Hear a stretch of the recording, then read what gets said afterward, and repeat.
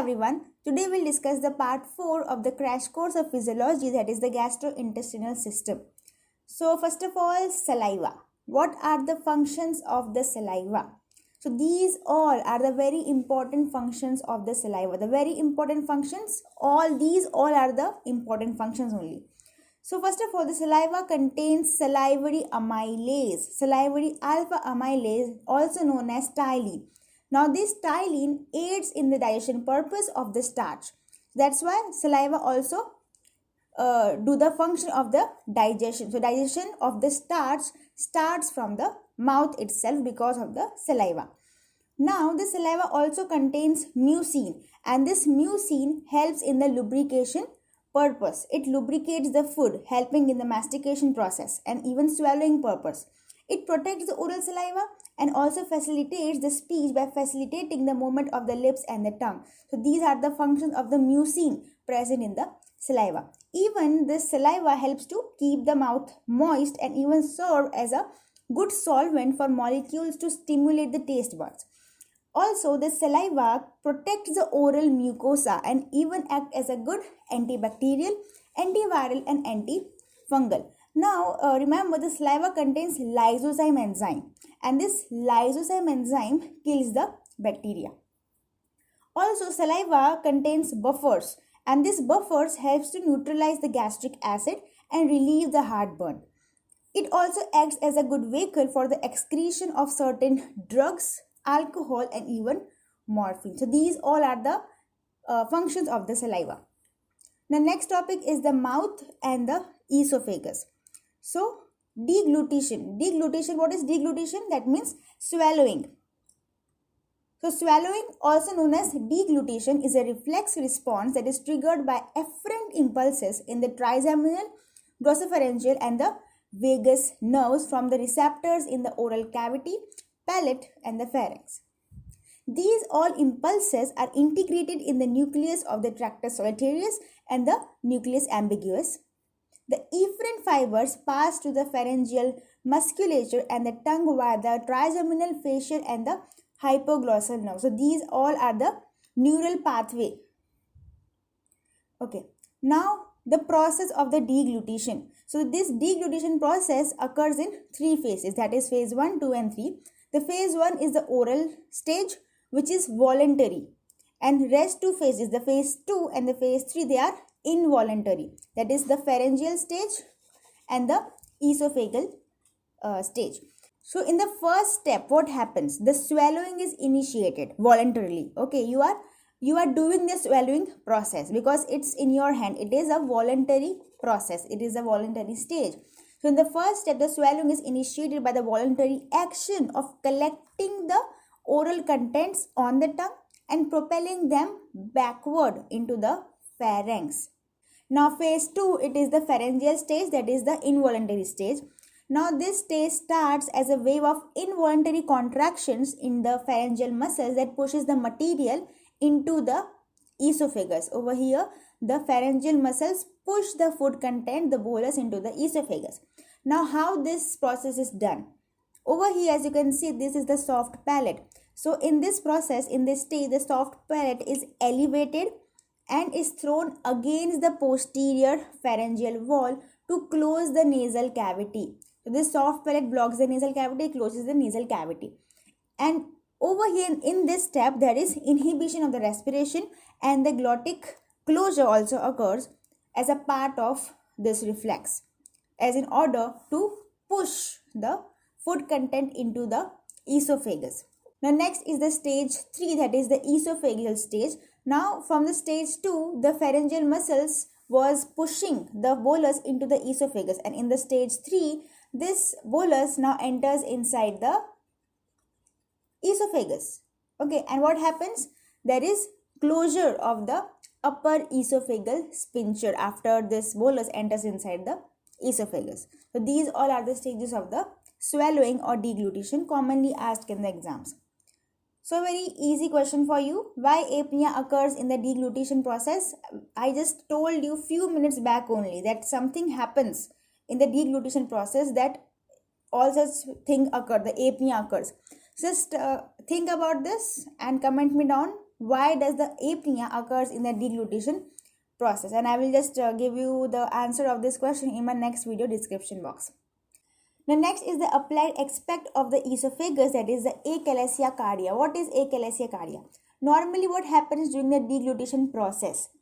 The peristalsis passes through the esophagus, and because of the passing of this peristalsis, what happens? This sphincter over here relaxes so that the bolus, the food, can enter inside the stomach, or the peristalsis can pass on, right? But in the achalasia cardia, what happens? This sphincter over here, the functional sphincter over here, doesn't relaxes. It fails to relax as the food passes through the esophagus. And this condition where the sphincter doesn't relaxes is known as the achalasia cardia. Now next topic is the stomach. So what is the mechanism of vomiting? First of all, what is vomiting? Vomiting is a reflex, right? Vomiting is a reflex phenomena by which gastric contents are thrown out from the mouth.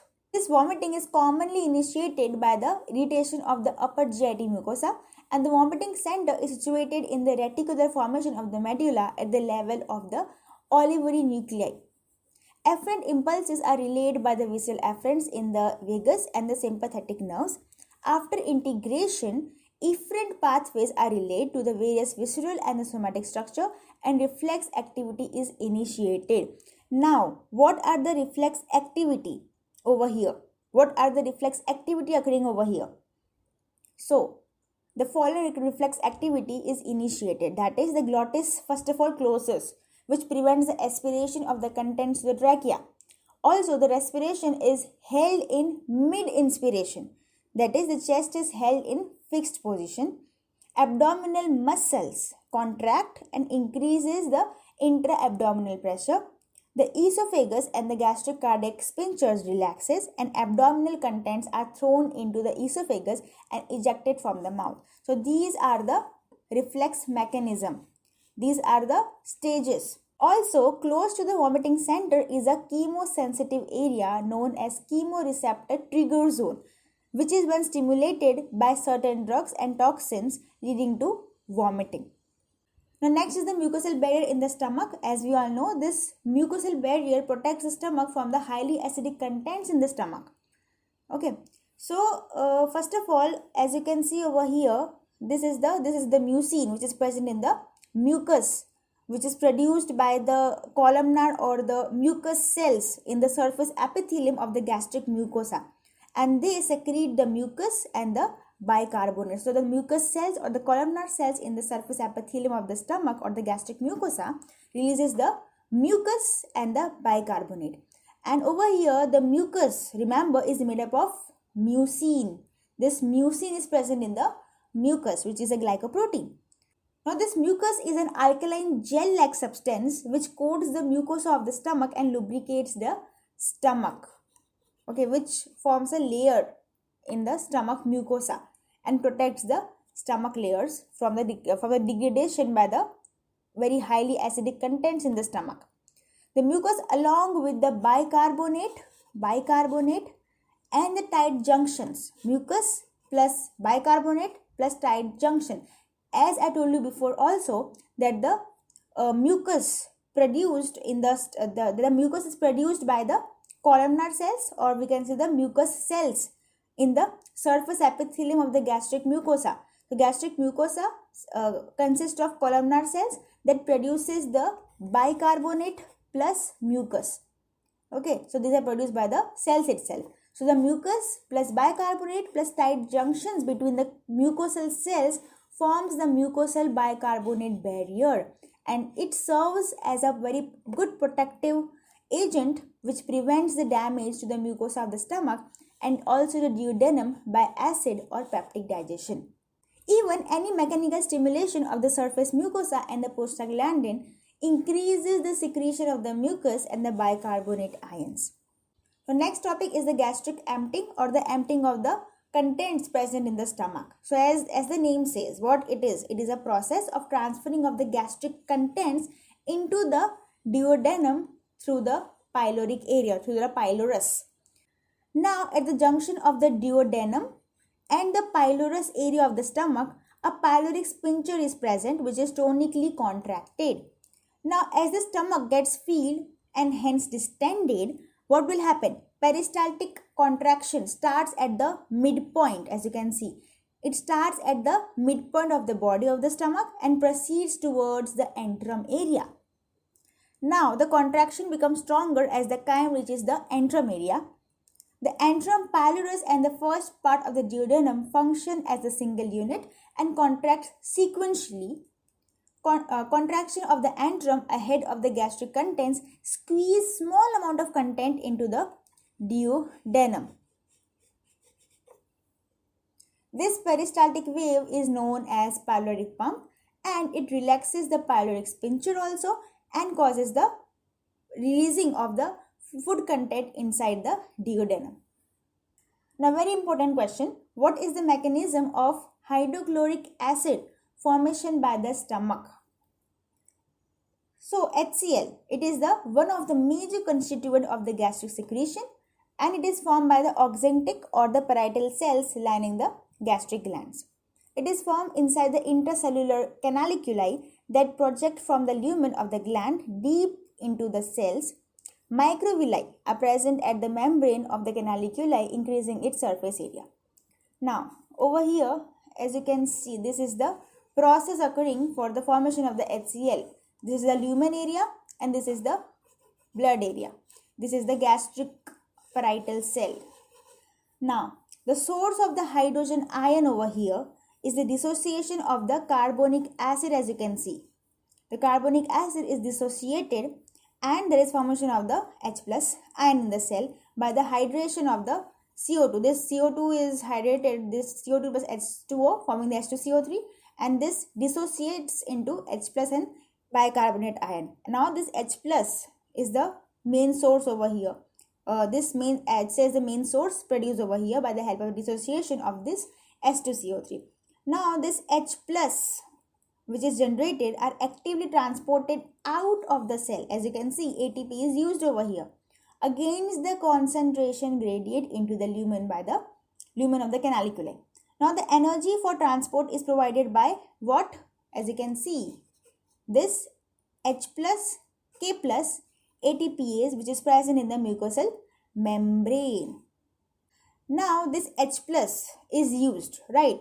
But what about the bicarbonate ion? Now this bicarbonate ion formed over here will be diffused out of the cell into the interstitium and is replaced by the chloride ion which enters the cell from the interstitial fluid.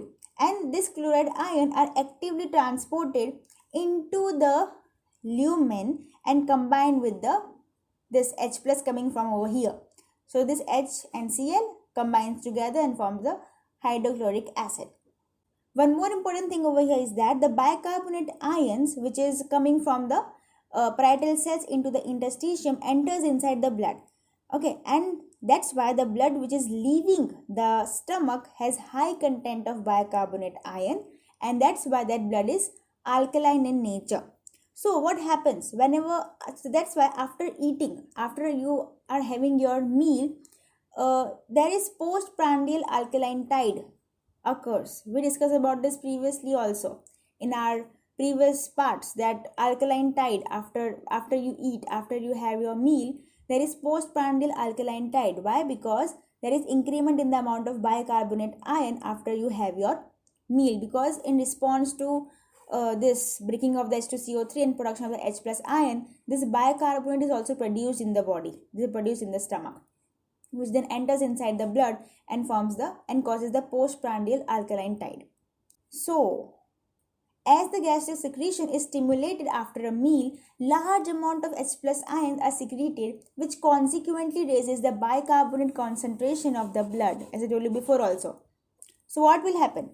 This increased amount of bicarbonate are excreted by the kidneys, making the urine highly alkaline, which is called as the postprandial alkaline tide. Acid secretion is elevated by the following factors, which includes the histamine via the H2 receptors, acetylcholine through the M1 muscarinic receptors, and the gastrin via the gastrin receptors. This was the mechanism for the HCl formation in the stomach, very commonly asked in the exams. Now next is the composition of the gastric secretion. So the volume over here is around 2.5 to 3 liter per day. Reaction, it is strongly acidic with the pH 1 to 2 around. Water, solids, and also it contains electrolytes like cations and anions. These cations and these all anions. Organic enzymes. So organic enzymes include the pepsinogens, renin, gastric lipase, mucus, intrinsic factor. One very important concept over here, don't confuse between the renin and the renin. This is RENNIN. And in the kidney, in the excretory part, there is RENIN. That renin causes the formation of the angiotensin 2 at the end, which is causing the vasoconstriction.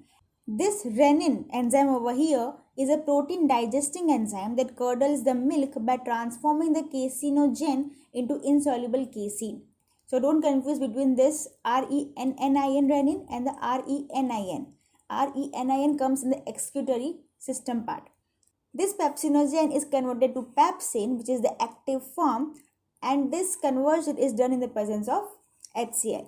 Now this pepsin, which is the active form, acts on the proteins and the polypeptides.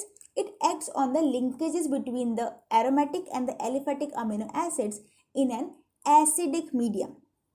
Now next is the renin, which is a protein digesting enzyme. Next is the gastric lipase. Now this gastric lipase acts only on the butter fat, that is butyric acid. Now next is the mucus. This mucus along with the bicarbonate ion causes the protection of the stomach mucosa. The next is the intrinsic factor. This intrinsic factor is essential for the absorption of the vitamin B12 from the small intestine. Also, HCl is secreted by the oxyntic cells of the gastric glands in the body of the stomach.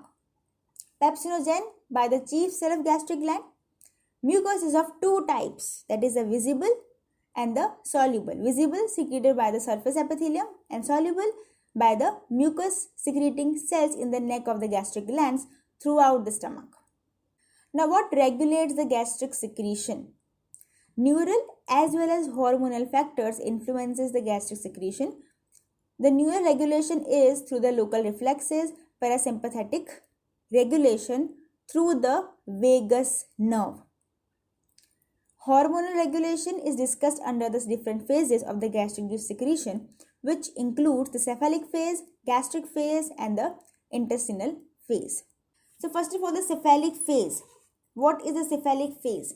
Now, as we all know, the gastric secretion occurs due to the presence of the food in the mouth, right? But the gastric secretion doesn't occur because of this only. It can also occur whenever you think about the food or you smell the food, or if you are seeing the food also.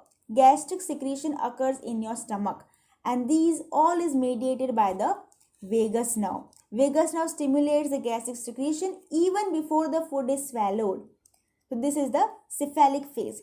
Now next is the gastric phase. Now as the food reaches the stomach, further secretion of the gastric juices occurs, which is known as the gastric phase. Now over here the secretion occurs due to the stretching of the mucosa, which reflexly stimulates the secretion, and also in addition to this, products of the protein digestion causes the releasing of the hormone gastrin from the enteral mucosal G cells. Gastrin, what will do? It will in turn stimulate the gastric glands and augments the secretion of the hydrochloric acid. So neural and the hormonal stimulation are synergistic in the action of this phase. So in simple words, what is happening over here? In this gastric phase, whenever the food enters inside your stomach, what will happen? The stretching of the stomach wall occurs, which will cause releasing of the or secretion of the gastric juices. Now because of the breaking down of the protein content inside your stomach, gastrin hormone is released, and because of the releasing of this gastrin, more amount of HCl is produced in your stomach. So that's why neural as well as hormonal stimulations are synergistic in the action of this gastric phase. And over here also, the histamine and gastrin stimulates the acid and enzyme secretion. Histamine is also involved over here. The next stage is the intestinal stage. Now, whatever the content, the gastric content is present over here will enter inside the duodenum, will enter inside the small intestine via passing through the sphincter.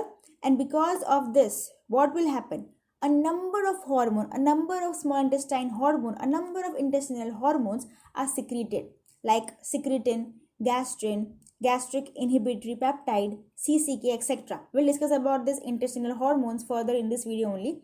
But right now, what happens over here whenever the food enters inside this gastric contents enter inside the small intestine, such hormones are released in response to the products of the protein and the fat digestion. So these are the steps which regulates the gastric secretion. Also, emotions like anger, frustration, anxiety, they all increase the secretion, while the fear, grief, depression, they all decrease the secretion. Now one applied aspect over here, that is a peptic ulcer disease. Now what is peptic ulcer disease? Peptic ulcer is the term given to the condition, the clinical condition arising due to the breakdown of the mucosal barrier of the stomach. And even duodenum can be included in this. It can be gastric peptic ulcer or the intestinal peptic ulcer. It can be any of them. Now over here, the main reasons include the H. pylori and the NSAIDs. Now, another reason for the peptic ulceration can be Zollinger-Ellison syndrome. Now, what is this syndrome? Now, in such syndrome, what happens? There is prolonged secretion of the acid, which lead to peptic ulcer. Now, this Zollinger-Ellison syndrome is commonly seen in the patient of the gastrinoma. That means tumor inside the stomach. Now, it can be tumor inside the stomach, it can be tumor inside the duodenum, or even in the pancreas also. Most commonly seen in the pancreas, such tumors. Now, such tumors causes increment in the releasing of the gastrin. And as you all know, gastrin causes increment in the HCl secretion. And that's why what will happen? Because of the excess, prolonged secretion of the acid, peptic ulcer occurs. The next topic is the pancreas. Pancreatic juice is secreted from the exocrine portion of the pancreas. Now, what are the composition of the pancreatic juice? So, volume is around 1500 ml per day. pH is alkaline. Water 99%. Inorganic substances includes the bicarbonate and the chlorides of the sodium ion, and they are the main inorganic contents over here. Now, the function of the bicarbonate over here is that it is present in the appreciable amount in the pancreatic juice, and the main function includes the, we all know, it causes the neutralization process. It neutralizes the acid of the gastric juice as the chyme reaches the duodenum. So, main function of bicarbonate is neutralizing the acid over here. Also, it provides an alkaline medium in the duodenum along with the bile for the enzymes in the pancreatic juice to act upon. The next is the organic substances. These organic substances includes first of all the proteolytic enzymes, and such proteolytic enzymes include the trypsin as trypsinogen. Trypsinogen is the inactive form, trypsin is the active form. Chymotrypsin as chymotrypsinogen. Carboxypeptidase A as procarboxypeptidase A. Carboxypeptidase B as procarboxypeptidase B. And the elastase as proelastase. Now over here, the trypsinogen is activated to form trypsin by the enterokinase enzyme. And this enterokinase enzyme is produced by the intestinal mucosa, as you can see over here. Enteropeptidase, or we can say enterokinase, they convert trypsinogen to trypsin. Now this trypsin so form activates more trypsinogen, and even it activates the other inactive enzymes, as you can see over here, to the respective active forms. Okay. The next is the functions over here of such proteolytic enzymes. The trypsin and the chymotrypsin are potent protein hydrolyzing enzyme. Trypsin acts on the proteins and polypeptides, splitting the peptide bonds adjacent to the arginine and the lysine and converts them to proteins and peptones. Chymotrypsin also acts on the proteins and the polypeptides, cleaving the bonds adjacent to the aromatic amino acid. Carboxypeptidase A and B act on the polypeptides, splitting their terminal amino acid and thus releasing the free amino acid as end product of the protein digestion. Now, second type is the lipolytic enzyme. These are the organic substances, right? First one was the proteolytic enzyme. Now next is the lipolytic enzyme, which includes the pancreatic lipase, pancreatic esterase, which is also called as the cholesterol esterase, phospholipase A as prophospholipase A, which is activated by the trypsin. Next is the nucleases, which includes the ribonuclease and the deoxyribonuclease and the pancreatic alpha amylase. Now the functions: pancreatic lipase, it hydrolyzes the triglycerides to fatty acid and monoglycerides. Such triglycerides are the neutral fats. Now next are the cholesterol esterase, which converts the cholesterol esters to cholesterol. Phospholipase A acts on the phospholipids, example lecithin, and splits it into smaller molecules. Nucleases acts on the nucleic acid present in the food, converting them to nucleotides. Pancreatic amylase acts on the starch and other polysaccharides. Now regulation of the pancreatic juice secretion. So over here, remember, the secretion of the pancreatic juice are under the control of both hormone as well as nervous control. But over here, the hormones plays a vital and the major role in controlling the secretion. So first of all, the hormonal control. Two hormones, that is the secretin and the cholecytokinin pancreozymin, are produced by the duodenal and the jejunal mucosa in response to the entry of chyme into the duodenum. We discussed about this previously also, right? Secretin, it is produced by the argentefin cells in the crypts of the duodenal mucosa and causes a copious secretion of the juices which are rich in bicarbonate and they are poor in enzyme content. While this CCK, PZ, this cholecytokinin pancreozymin is a peptide hormone secreted from upper part of the small intestine, and it stimulates the releasing of the pancreatic juice rich in enzyme content. Nervous regulation includes the vagal stimulation. So over here, the vagal stimulation causes the releasing of the small amount of enzyme which are rich in pancreatic juice. And over here, remember, this effect is blocked by atropine and vagotomy. Now next is the liver and the gallbladder. So very important, the functions of the bile. What are the functions of the bile? First of all, what is bile? Bile is a digestive secretion from the liver, and the main constituents of the bile are bile salts and the bile pigments. So as we all know, the bile contains bile salt and the bile pigments. So the bile salts are very important, very necessary for the digestion and the absorption of the fat. So bile salts causes the emulsification of the fats. Also, they activates the pancreatic lipase enzyme, and even they forms micelle with the fatty acid and helps in their absorption.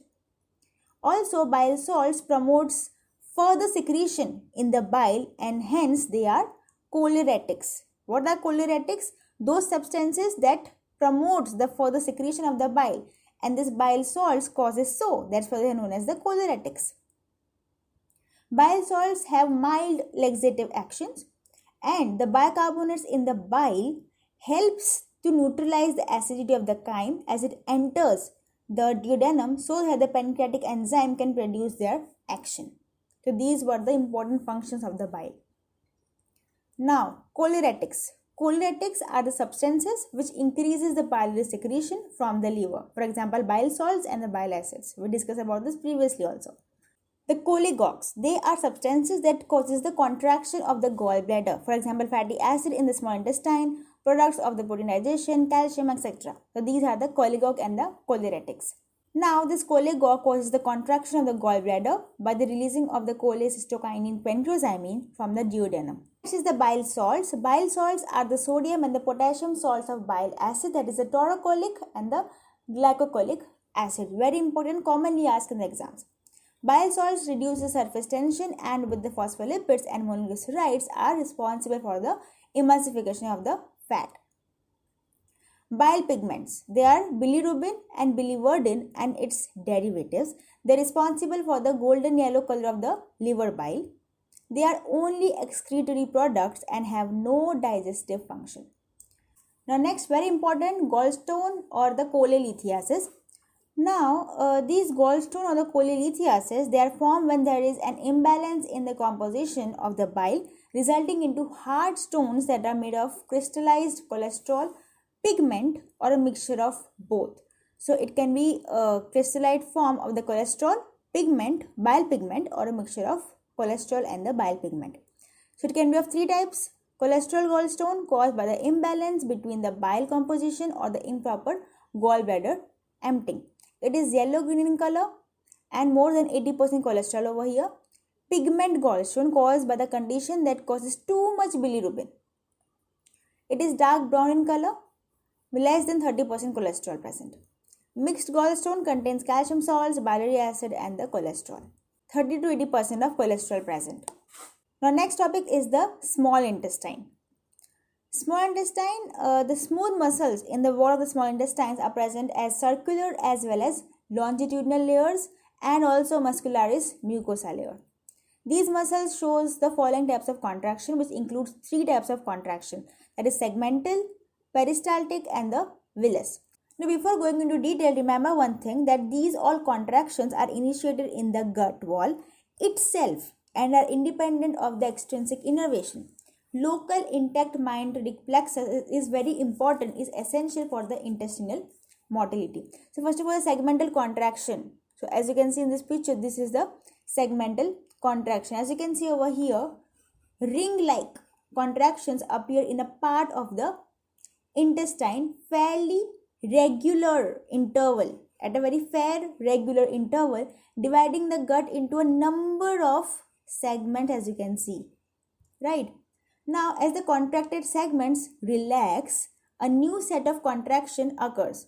So this is the contracted area. Whenever this contracted area relaxes, what is happening? A new set of contractions are occurring in the segments between the previous contraction. Are you understanding what I'm saying? As you can see over here, this is the contracted segment. So whenever this contracted segment is relaxing, what is happening? This is relaxed. So what will happen? A new set of contractions occurs in the segment, as you can see. And this contraction occurs in between the previous contraction. Okay, it is clearly visible in this diagram. The segmental contractions are initiated due to the stretch by the chyme as it enters the duodenum. Now next is the peristaltic contraction. Now what happens in the peristaltic contraction? So these simply are propulsive contraction that pushes the chyme towards the anus. So what happens over here? As you can see, this chyme enters inside the intestine, right? And whenever this chyme enters inside the intestine, what will happen? The walls of the intestine over here will stretch. And because of the stretching of this intestinal wall over here, what will happen? Contraction is occurring proximal to the stretching. And this contraction or this wave of peristalsis or contraction moves towards the rectum at varying rates. Now one more important term, that peristaltic waves differ in intensity and distance traveled. Also remember, the peristaltic activity of the small intestine is greatly enhanced after a meal. It is greatly enhanced after a meal due to the entry of the chyme in the duodenum and is also done by the initiation of the distension of the stomach, that is the gastroenteric reflex. Because whenever the meal enters, whenever you eat food, what will happen? There is gastroenteric reflex occurring, which is initiated by distension of the stomach, and this will lead to gastroenteric reflex. Also, local response of the smooth muscles to stretch causes this, and that is the myenteric reflex. Parasympathetic nerve stimulation increases the peristaltic activity, while the sympathetic stimulation decreases the peristaltic activity. Now next movement, it is the villus movement. The intestinal villi. These are the intestinal villi.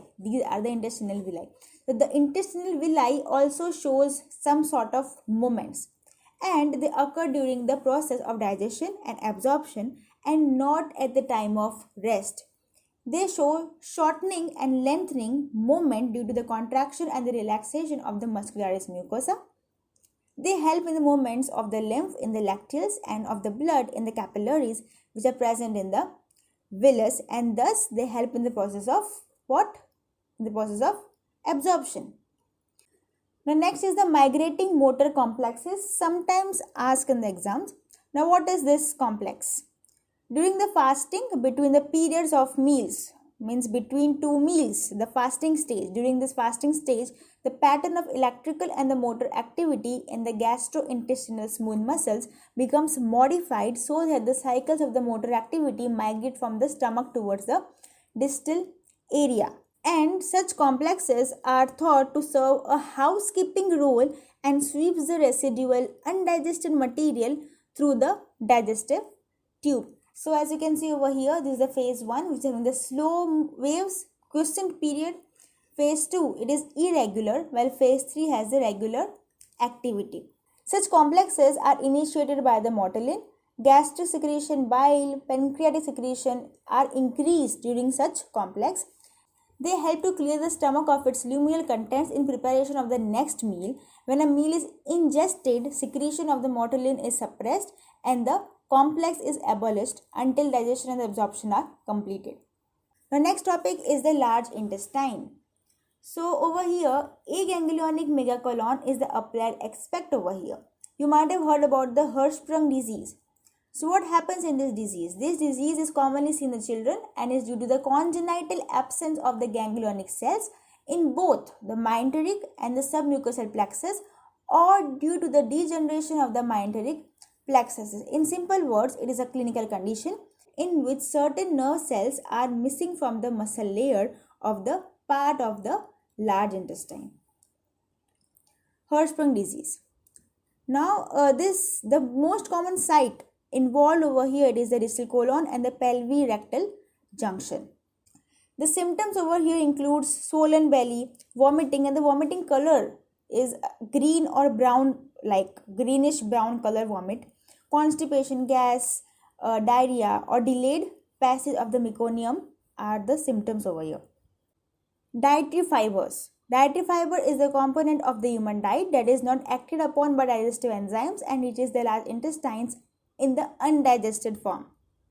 Some of the constituents of the dietary fibers include the cellulose, hemicellulose, lignin, various gums, and the pectins. Functions of the dietary fibers. So very important, and the common function is that it plays an important role in the treatment and the prevention of the constipation. How?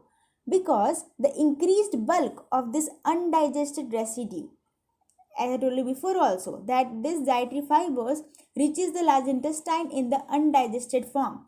So that's why this increased bulk of the undigested residue stimulates the intestinal peristalsis, which in turn facilitates the passage of the food through the intestine, thus helps in the treatment and the prevention of the constipation. Also, it helps to reduce a sudden increment in the blood glucose level after a meal, known as the postprandial hyperglycemia, and that's why this is very helpful to reduce the requirement of the insulin during the postprandial phase. Therefore, this dietary fiber is very useful in the treatment and the prevention of the diabetes mellitus also. Also, dietary fiber reduces the blood cholesterol level by binding the bile salts. How? So look at this chart. The dietary fibers binds to the bile salts and they cause increment in the excretion of the bile salts in the feces. Now what will happen? What happened in the body?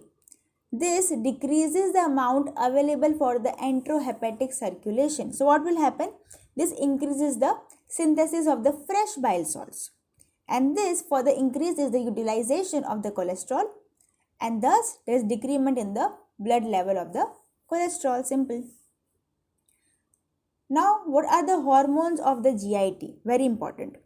So first of all, we have is the gastrin family, that is gastrin and the cholecystokinin pancreozymin. So this gastrin, the function of the gastrin is to stimulate the gastric glands. As we all know, gastrin causes increment in the secretion of the HCl. Also, it enhances the gastric motility, while this cholecystokinin pancreozymin causes the contraction of the gallbladder, and because of this, bile is poured into the duodenum. Also, this CCK-PZ causes the stimulation of the pancreatic juice, which are rich in the digestive enzyme. We discussed about this previously also. Also, this CCK-PZ decreases the gastric motility. So over here, remember, this gastrin enhances the gastric motility, while this CCK-PZ decreases the gastric motility. But this CCK-PZ, what it will do? It will stimulate the motility of the intestine. So this cholecystokinin pancreosamine decreases the gastric motility while it increases or stimulates the intestinal motility. Now next is the secretin family, which includes the secretin, glucagon, gastric inhibitory peptide and the vasoactive intestinal peptide. Now first of all, this secretin causes the enhancement of the secretion of the bicarbonates in the pancreatic secretion. We discussed about this previously also. Also, it inhibits the gastric hydrochloric acid secretion. It decreases the gastric HCl secretion. Now, the GIP, that is the gastric inhibitory peptide. As the name says, gastric inhibitory peptide, so it inhibits the secretion of the gastric juices. It also decreases the gastric motility and stimulates the insulin release, while this vasoactive intestinal peptide stimulates the intestinal secretion and also inhibits the secretion of the HCl. Other polypeptides includes the motilin, gastrin releasing peptide, somatostatin, substance P, endorphins and the enkephalins. Now next is the protein caloric malnutrition. Now this protein caloric malnutrition is the most common form of malnutrition in the infants, also in the young children between the ages of around 1 to 3 years. It is the main cause of childhood morbidity and also mortality in the developing countries. So this malnutrition, this includes the two types of malnutrition, that is the marasmus and the kwashiorkor. The basic reasons of such malnutritions are commonly two, that is inadequate diet both in quality as well as quantity, and due to infections like diarrhea, respiratory tract infection and parasitic infections due to the poor environmental condition or unhygienic environment. So these two are the important reasons for such malnutrition. Marasmus, it is occurring because of the diet which is deficient in both calories as well as protein content. So there is deficiency of both protein as well as calorie content in the diet. Over here, the child is underweight. Marked wasting of the muscles and subcutaneous tissue occurs and also has bony appearance.